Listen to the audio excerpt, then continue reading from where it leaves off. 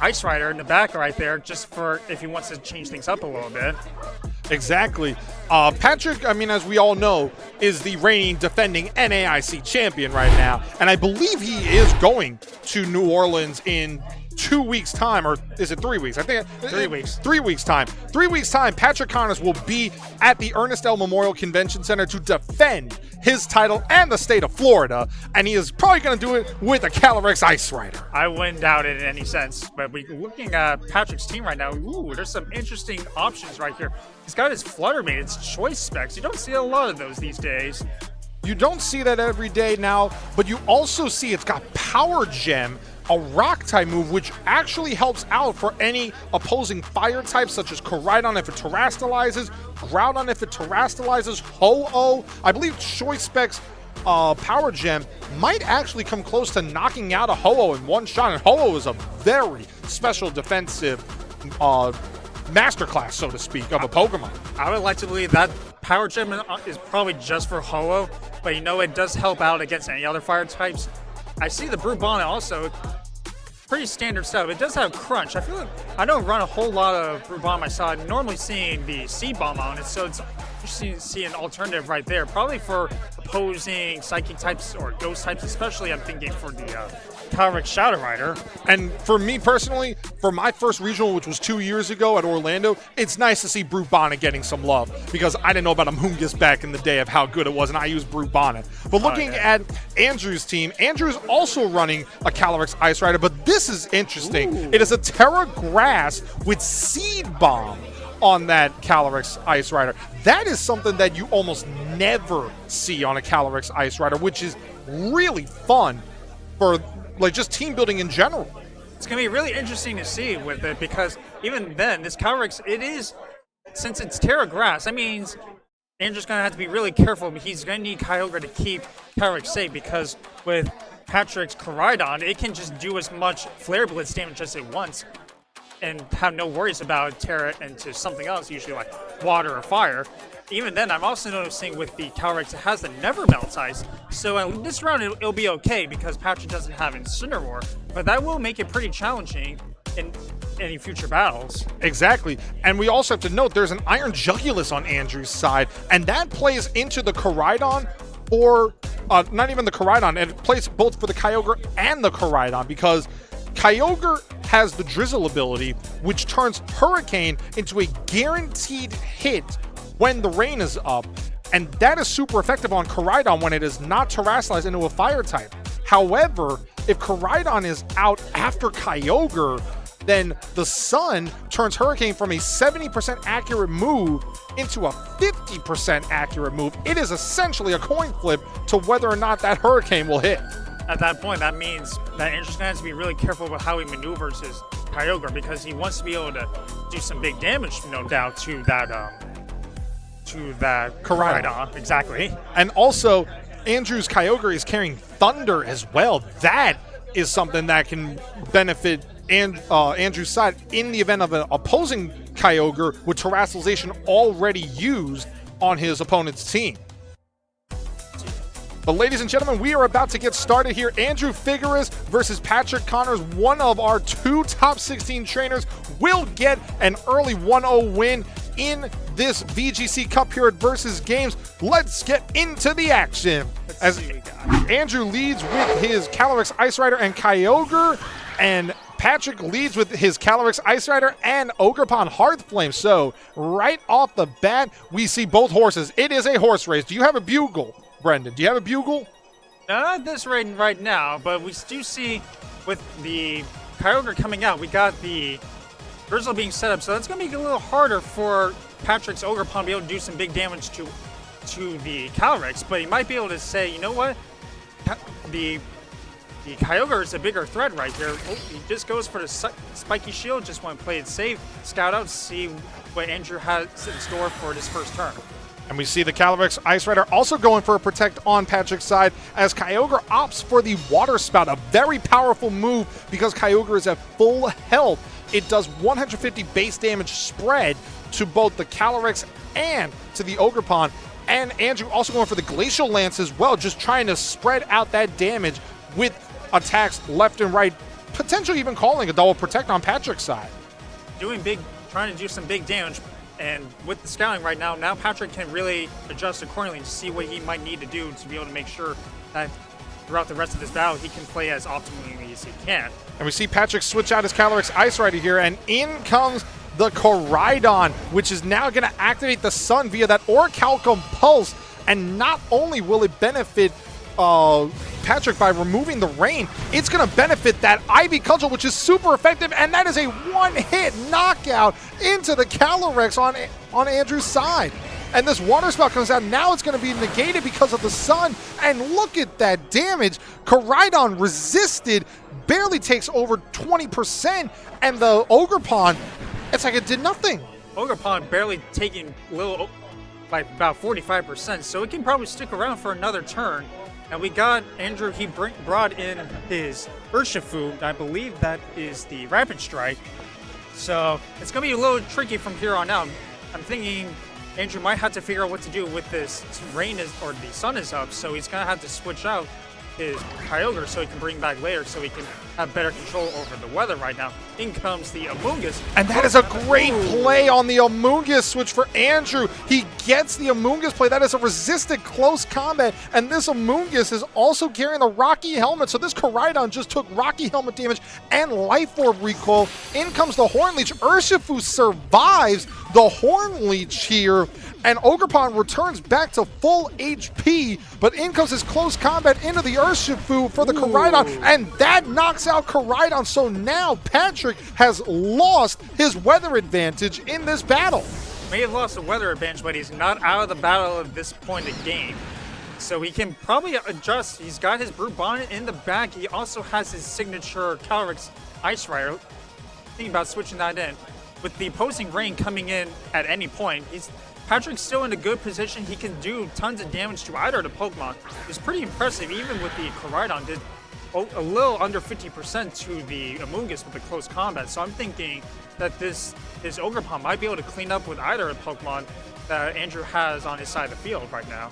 I think you're right here, and it's also important to note that Andrew's Amoonguss is carrying Protect here, but instead Andrew opting to switch out the Amoonguss here to activate that Regenerator ability and bring in Kyogre to get that weather back in Andrew's favor.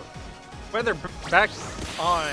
But a Horn Leech into the Kyogre spot here. A Surging Strikes comes out on the Ogerpon, and this will most likely knock out the Ogerpon here, but at what cost? Because that was huge damage on that Kyogre switch-in.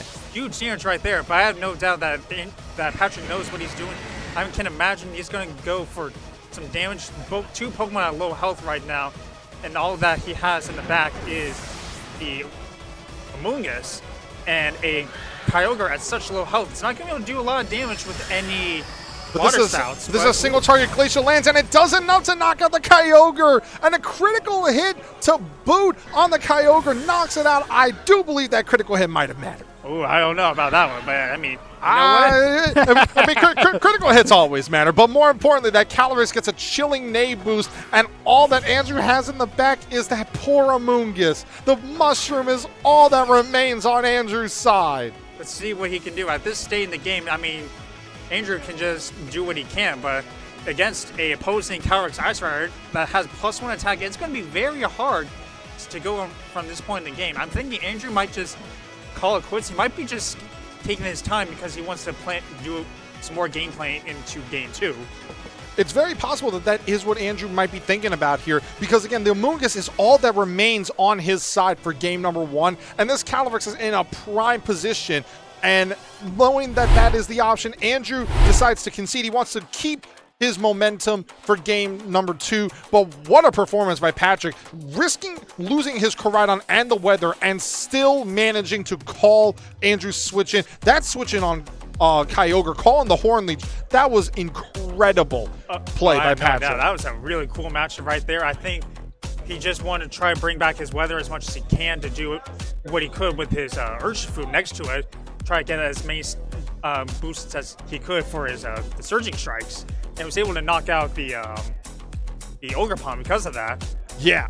I mean, getting the Surging Strikes into the Ogerpon was not. I wonder if close combat might have been a better play on the Ogerpon. Just let the Amoonguss potentially go down. I mean, yes, Calyrex would have gotten a potential +2 on the Glacial Lance because Urshifu was so low on its HP, but you would have had Rocky Helmet damage on top of the close combat damage from the Life Orb.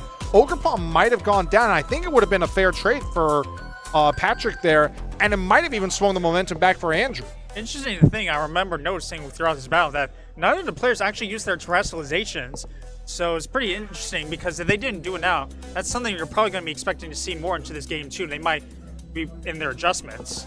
That is actually a good catch, Brandon. I didn't even realize that they didn't terrestrialize here, but we're going to get into game 2 here, and game 2, it is the same lead for Andrew for that Calyrex and the Kyogre, but Patrick with a little bit of a switch up here, he is bringing out that Raging Bolt here. So Raging Bolt is in place of the Ogerpon, but he brings out his ace at Calyrex Ice Rider. I think the Raging Bolt might be a pretty good adaptation because with the rain from Kyogre in game 1, Ogerpon wasn't able to do as much damage without Patrick having to switch into his Rhydon to change it to the sun.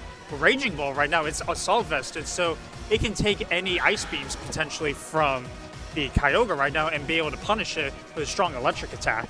You are absolutely right here, but however, Andrew's Kyogre does not have Ice Beam. Oh, snap. It does not have Ice Beam. It has 2 Water Moves here as the Calyrex on Patrick's side going for that Protect here, potentially to scout out the Kyogre going for this Water Spout. This is a full damage Water Spout. The Raging Bolt is resisted with the Assault Vest, and look at that. That is still major damage into the Raging Bolt. A Thunderbolt coming out into the Calyrex. A critical hit, but no paralysis. That is huge for Andrew, and in comes his Glacial Lance into the Raging Bolt. Unfortunately, the Raging Bolt cannot withstand that Glacial Lance, and it goes down. So Andrew getting a KO on the first turn and getting that Chilling Neigh boost. But in comes for Patrick that Koraidon, and it resets the weather. Resets the weather. We're going back to the sun with the Orichalcum Pulse boosts. Now it can do really big damage into either of Andrew's Pokemon right now, and ooh, I'd like to see where this is going. We're going to see some huge damage in this turn right now. Patrick just seems to be ready to go all out. He already lost his Raging Bolt, so he just says, you know what, we're going to kick into high drive right now. And see, this is where normally a Calyrex Ice Rider would potentially be looking at clicking high horsepower, but that is where the Seed Bomb comes out on the side of Andrew. And we do see Amoonguss make a switch back onto the field as Patrick has activated that Terra Orb. You called it, Brendan. He calls the Terra Orb. Koraidon taking advantage of that sun and bursting out in flames with the Terrifier. I am so excited to see how much damage Patrick is going to be able to do with his Koraidon right now. Goes to Protect with his Calyrex Ice Rider, but I don't think that matters too much right now. He is ready to go for close combat. I already seen it did about 45. That's very good damage right there. And now he's going to follow it up with a Glacial Lance. I am going to see how well Andrew's Amoonguss can take this damage right now. It's super effective, so I can't imagine very well at this point. Probably not, but we're going to see this Glacial Lance come out here. Calyrex has ran it itself, and it has knocked out that Amoonguss. Amoonguss is down, so now both Calyrexes have their Chilling Neigh boost, and they are both at +1. They still have full health too, so they are just going to be staring down each other. They can do so much damage into either of their opponent's Pokemon right now. And in comes for Andrew that Kyogre once again to reset the rain for Andrew's side. Now, what's important to note is Patrick does have an ability to switch out his Koraidon and gain the sun back. However, Andrew, his Kyogre can't go for something like a Water Spout here, and it'll still do major damage into the incoming Brubana potentially on Patrick's side, and that might actually help out for Andrew. Yeah, exactly. With Brubana back for Patrick, it's going to be really tricky. Like, do I want to switch out? Going to put my Brubana in a very tough position where it can take huge damage from a Glacial Lance. Well, in comes the Life Orb, Terrifier, Flare Blitz in the rain. Oh my God! Calyrex survives! It survives the Flare Blitz and the rain! It lives at 2 HP And then it comes this practically. full damage water spout. Oh, my my god, into that Koraidon, a one-hit knockout, and almost gets major damage on the Calyrex and knocks it out in one hit. Calyrex has so much few HP left. We're going to see a Glacial Lance. It will be able to knock out. It's a Andrew. resistant Glacial Lance too, but it's got the Never Melt Ice and that +1, and Calyrex goes down. Patrick only has his Brute Bonnet left, so it's going to be really hard to be able to pick up from this position at this point. Oh my god, that was incredible. The Calyrex survived. It had to be like 1 HP. My goodness. I mean, that's some real bulk right there. I think Patrick's just going to call it quits for the rest of this battle, but it's okay because he still can pick it up in game 3 at this position, do some scouting, think about what he wants to do to really try to win it for this round 1. I'm just stunned at that's where the weather came in for Andrew, having that weather, because if it was sun, the Calyrex has never melted ice. I think it might have finally melted. But with that rain helping Andrew, he manages to survive the Terrafire Life Orb Flare Blitz from just over half HP and forces a game 3 against Patrick Connors. It's amazing. You can tell that Andrews has really prepared for these matchups because he knows that there's so many common Koraidons out there that he wants to be able to live any attacks that he can, especially those Flare Blitz with them. Terrafire and the Life Orb, my goodness. So I can't even believe that happened. I really thought that Calyrex, now it was possible based on that damage output though. It might have been a roll too. It might have been one of those critical damage rolls that went in Andrew's favor there. At that point, I have to think you're probably right about that because, I mean, with all those odds that the Koraidon is living at such low HP, it's a miracle to see Andrew be able to close it in for this game 2 like that. Exactly, but we're getting that all-important game 3, Brennan. Patrick or Andrew will start off this cup 1-0. Who is it going to be? Will it be Patrick Connors? Will it be Andrew Figueres? Game number 3 is about to begin. And we see it is the Calyrex and Kyogre lead for Andrew, and it is once again the Ogerpon and Calyrex Ice Rider from game 1 for Patrick Connors. Nice to see that Patrick, he's probably thinking, you know what? Raging Bolt just wasn't doing it for me this battle. I'm just going to bring it back. I'm going to bring what worked. I'm going to go all in with the Ogerpon, and we'll see how much damage he can do. And we do see the Ogerpon is out here, and it does have access to that Ivy Cudgel, and if Patrick potentially decides to switch out the Calyrex here and bring out the Koraidon, suddenly that Ivy Cudgel is going to do major damage even without the Terastallization. I think Patrick probably feels confident right now. You know, I have the Koraidon, but I can bring it back later, do some big damage now. And we see Andrew switching out his Kyogre here, bringing out the Urshifu, actually. This is very interesting here. As the Horn Leech, once again, he gets the Horn Leech call correct. Will Glacial Lance knock it out from this state? It is going to be very close here. Here comes the Glacial Lance. Urshifu is inside that ice, and it goes down! Urshifu is down!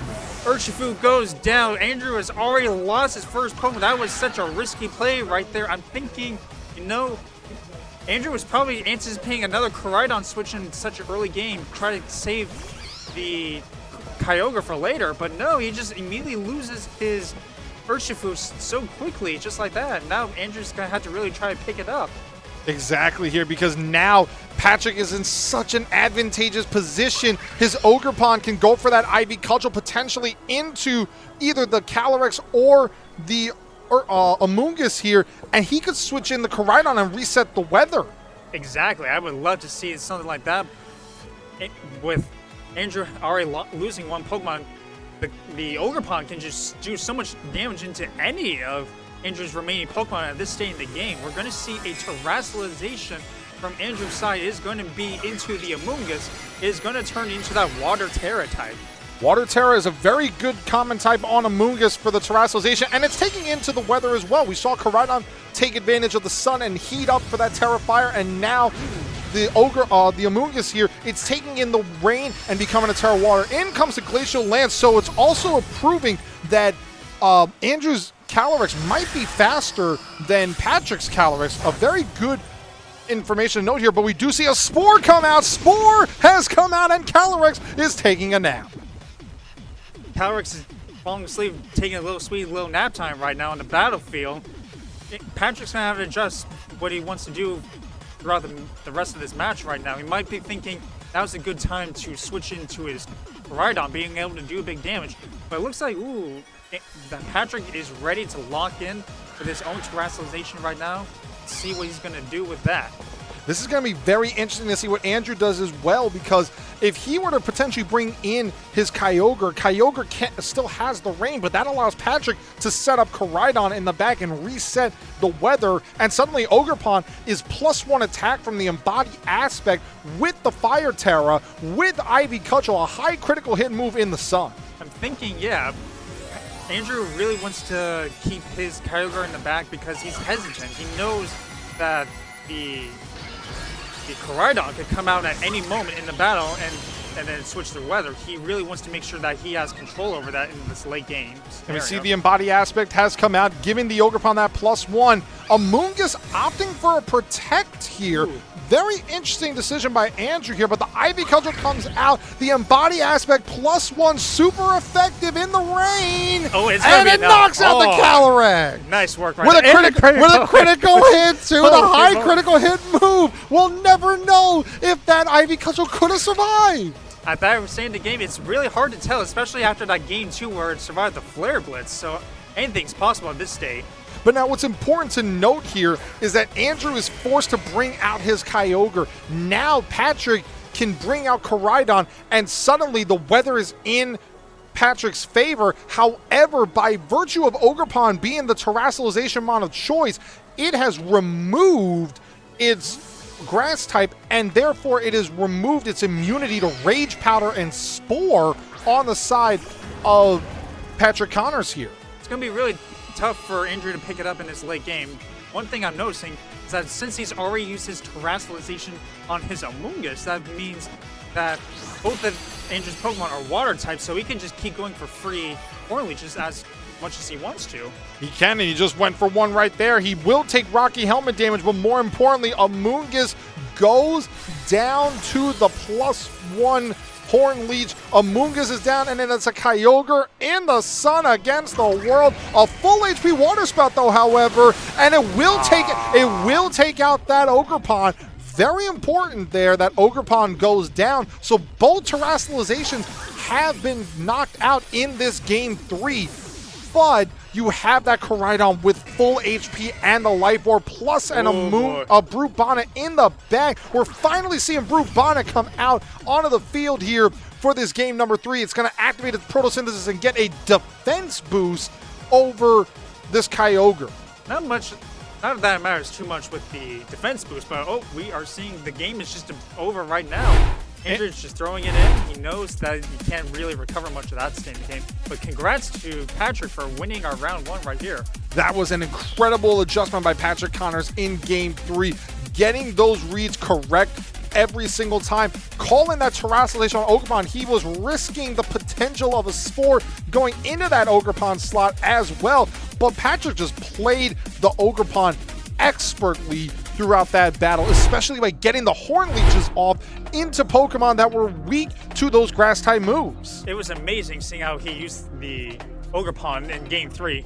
Game 2, he brought the Raging Bolt, and we quickly realized after that battle was over, no, that is not the game plan. We got to go all in on that Ogerpon. It has so much coverage over all of Andrew's Pokemon nearly, so it was really amazing just to see how well he was able to optimize that. Exactly. Just having that Ogerpon there, it gave Patrick so many options. He didn't just have to click Follow Me and Trick Room. He could go for moves like that Horn Leech. He can go for moves like the Glacial Lance. He could go for high horsepower in the event he wants to. Now, but he opted just going for the Protects and the Glacial Lance. I don't even think Trick Room was clicked once by Patrick in this battle. No, he didn't need to at that point. I mean, he could just do as much damage as he wants. He had such a winning position, especially with that Ogre Pawn right there. Probably the fastest thing on the whole field right there. So it just makes it a lot hard for Andrew to be able to adapt to that, especially with that kind of coverage that Patrick has. Exactly. And just going the way that Andrew was, I mean, he played the Kyogre expertly in game 2. He got the positioning right. He was able to call the weather into his favor, and that just shows how well the weather wars go in restricted metas or just VGC in general. If you have a weather matchup and you can win that battle against your opponent, that war of attrition, it is very difficult for your opponent to succeed in countering your team. I tell you, I've been playing competitive Pokemon since Gen 5, since the early days of Weather Wars. It's just such a fun meta to be able to play around with, because everyone's fighting. They want their weather on the side of the field. And sometimes even, like Patrick, he had a little patience in Game 3. He did want to bring out the Koraidon right away. He knew even with his Ogre Pawn, he was still able to do well even in the rain right there. Exactly. Now, I do want to ask you said you played in Gen 5. Do you want permanent weather back, though? Ooh, I might love permanent weather. I mean, it just lasts forever. I had my son teams. I love having Jump Love right next to me. I just keep going for those sleep powers all day, every day, and it was hilarious. Why Jump Love, though? Wouldn't you want Venusaur? Nah. Jump man. Jump Love is fast, and he just... This is a fair statement. This is very fair. But honestly, I mean, looking at these two players, it just showcases how good they are as we go for these final events, Brendan. Exactly. We're going to be seeing so many amazing matches throughout the rest of the day right here, right now. Let's go check out some profiles right now. Let's see about some of the different Pokemon that we've been seeing here today, because I know there's going to be a lot of interesting stuff to look out for. I'm actually curious about some of these profiles right now, Brendan, because, I mean, we only saw... let's see, we got 1, 2, 3, 4, 5, 6, 7, 8, 9, 10, 11 unique Pokemon in this round 1. So I wonder what else we could possibly see today. I know I've seen a lot of passionate players. They really want to use the, as they call it, the Swordfish combo with the Kyogre and the Zacian setup. But we got Kyogre right now. That's pretty much the standard stuff that you normally see. You got the Origin Pulse and Water Spout. They just loves doing so much big damage to 2 targets at once. And if you can't do Water Spout because you know you lost some HP, it's okay. You got Origin Pulse in the back to be able to also do some big damage. Now, we also have to remember the Origin Pulse, despite being a spread move, it is 85% accurate. So sometimes you live by the Origin Pulse, and you might end up losing a game by the Origin Pulse. You know what? I don't think that really matters, because we see so many other players, they'll bring in their Chi-Yus for the Heat Waves, or every Tornado you see just has their Bleak Wind Storms. Moves miss, but you know what? We just love those moves. We're just going to keep clicking them. We're just going to keep clicking them until the cows come home. Exactly. Oh, wait, I forgot. I should have said Miltanks come home, because that's our cow. Exactly. You got the Miltanks. I know it ain't exactly a cow, but you got the Go-Go's. Those also learn the milk drink move, so ooh, that's something to think about. Good catch on the Miltank, on the Go-Go as well. But also, we have to keep in mind, you did say that this combination of Kyogre and Zacian, it's been collectively referred to as Swordfish, because you have a fish, you have a sword.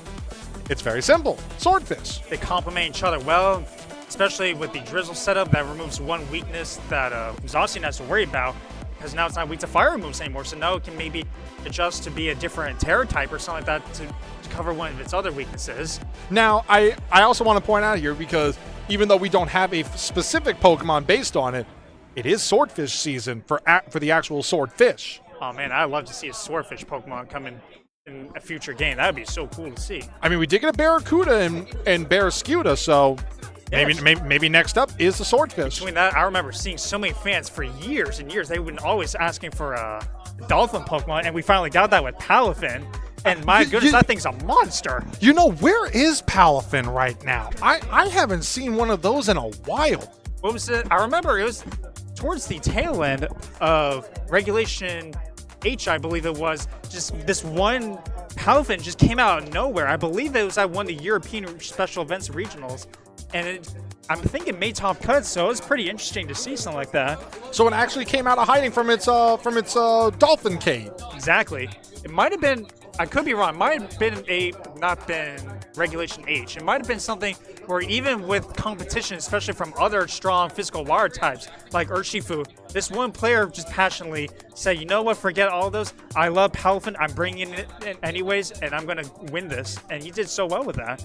Exactly, and we do see on this profile for Zacian, Behemoth Blade. Now, it's important to note, if you go to an event, you are not allowed to choose Behemoth Blade when you do your team sheet submission. You have to choose it as Ironhead, because Ironhead with the Rusted Sword turns into Behemoth Blade when you actually send in Zacian into a battle. That is something that most trainers don't know about when they do their team sheet submission, and you get that open team sheet and you might go, Judge, this is Ironhead, and they just click Behemoth Blade, or Judge, this is a Zamazenta, it has Ironhead and it just used Behemoth Dash.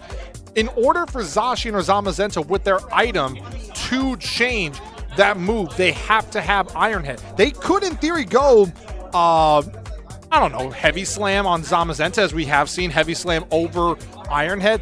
I can't think of a Iron type. What's an Iron type? Steel type move that Zacian has used other than Behemoth Blade. No, it doesn't need to at that point. That's his big damaging move right there, Behemoth Blade. It may have lost the benefit to be able to do big damage against Dynamax when that's not in this game, but that's okay.